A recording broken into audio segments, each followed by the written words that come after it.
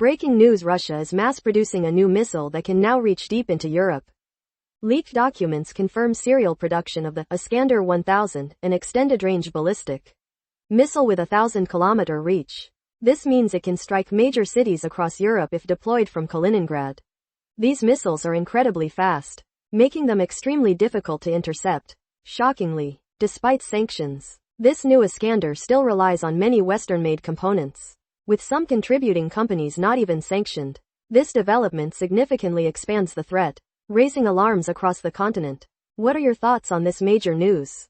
Subscribe for more updates, and if you'd like, you can support us on. Russia's birth rate has plunged to a 200-year low, and Vladimir Putin has a controversial solution.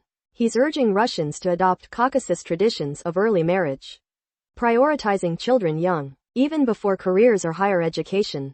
Putin frames having kids as a moral and spiritual duty, with fertility rates far below replacement. Russia saw its lowest births since 1999.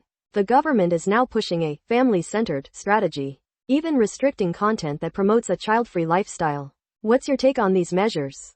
Subscribe for more updates. If you'd like, you can support us on. Hold up. The U.S. government just announced sanctions on 2 international criminal court judges. Georgia's Gocha Lordkapanidze and Mongolia's Erdena Balsharin Damdan are now barred from entering the U.S.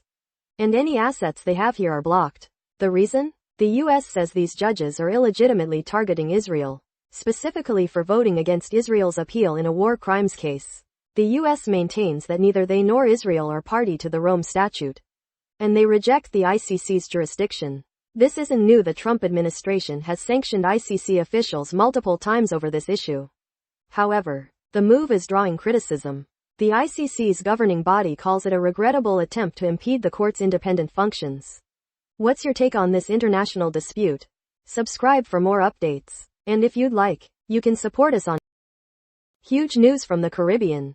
The U.S. just seized another oil tanker off Venezuela, sparking a major international dispute. U.S. Homeland Security confirmed stopping the Panama-flagged Centuries. They claim it was moving illicit oil funding narco-terrorism. However, this specific tanker reportedly wasn't sanctioned. Venezuela is furious, calling it international piracy and theft.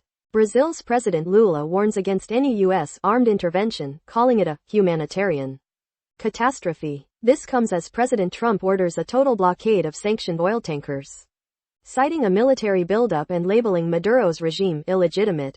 Many vessels are now stranded, fearing interception. This situation is escalating fast, with potentially huge global implications.